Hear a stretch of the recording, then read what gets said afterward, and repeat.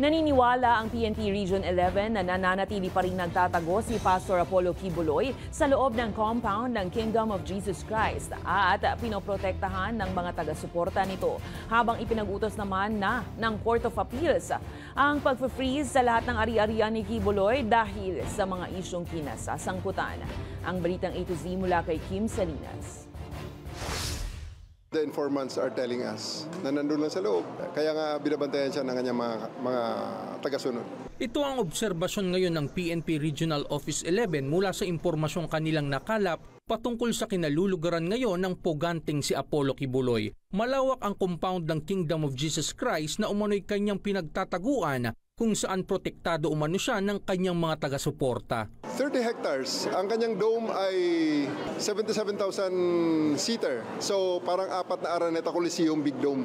Pwede mo ipasok ang 4 na Big Dome doon sa kanyang kingdom.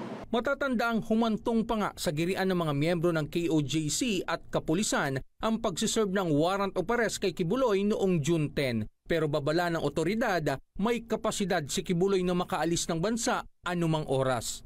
Well, mayroong way. Kung way lang ang pinag-uusapan kasi nandun ang hangar niya. Ang hangar niya may private taxiway yon papunta sa Davao International Airport. Ang hangar niya may 4 na helicopter at 2 eroplano ngayon. Hiling ngayon ni Torres sa pamunuan ng PNP dagdagan ng kanyang tauhan na siyang magbabantay sa KOJC compound 24/7. Bagamat may plano na raw ang PNP kung paano mahuhuli si Kibuloy, isinasaalang-alang pa rin nila ang mga miyembrong pumuprotekta sa kanya. The challenge is how to implement this in accordance to the rules, pero at the same time, least casualty on both sides. Ayaw talaga natin.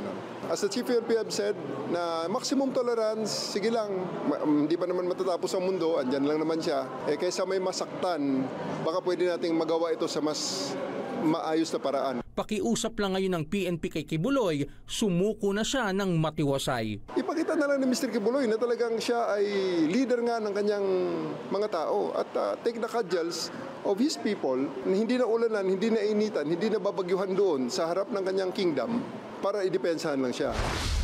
Samantala, ipinag-utos na ng Court of Appeals ang pag-freeze sa lahat ng ari-arian ni Kibuloy. Ito'y matapos paboran ng korte ang petition for freeze order ng Anti-Money Laundering Council laban sa mga ari-arian ni Kibuloy. Kasama na dito ang 10 bank accounts, 7 real estate properties, 5 motor vehicles at 1 aircraft. Sakop din ang kautusan ng 47 bank accounts, 16 real estate properties at 16 na motor vehicles sa ilalim ng Kingdom of Jesus Christ at Suarasug Media Corporation na nag-ooperate ng Sunshine Media Network International o SMNI. Inaprubahan ito ng CA dahil sa mga kinasasangkotang mga isyu ngayon ni Kibuloy tulad ng pangmomolestya sa mga menor de edad, pati na rin ang mga solicitations sa Amerika. Para sa Balitang A to Z, Kim Salinas.